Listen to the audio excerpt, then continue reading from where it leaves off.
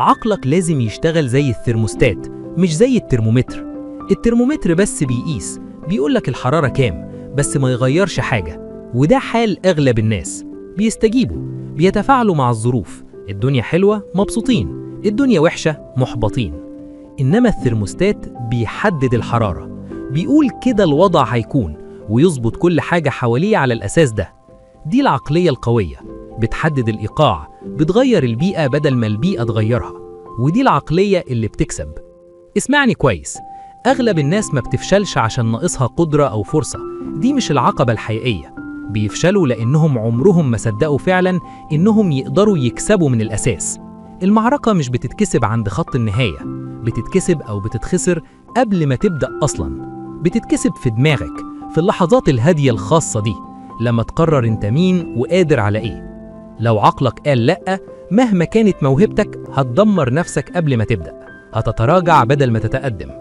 ما تفهمنيش غلط، المهارات مهمة، المعرفة مهمة، الخبرة بتفرق جدا، بس الحقيقة هي من غير عقلية صح مش هتستخدم ولا حاجة من دول.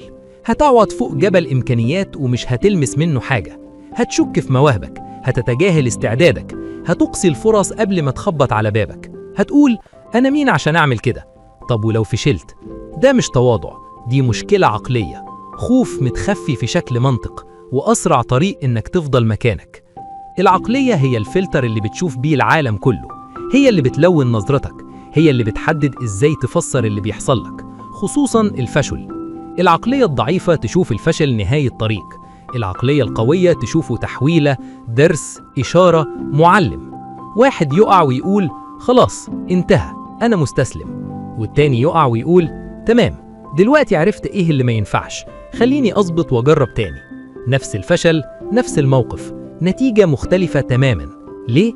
لأن واحد سيئه الخوف والتاني سيئه الحكمة. خليني أسألك سؤال شخصي، بتقول إيه لنفسك لما الحياة تخبطك في بطنك؟ لما الخطة تقع؟ لما الصفقة ما تتمش؟ بتشتم نفسك؟ بتجلد ذاتك بالعار والذنب؟ ولا بترجع خطوة وبتقول الحقيقة؟ الحقيقة إن الفشل مش معناه النهاية، مش معناه إنك مكسور أو ملكش أمل، معناه إنك في عملية، بتتعلم، بتتطور، بتوسع حدودك. ده نمو، وهنا بيتبني الطبع.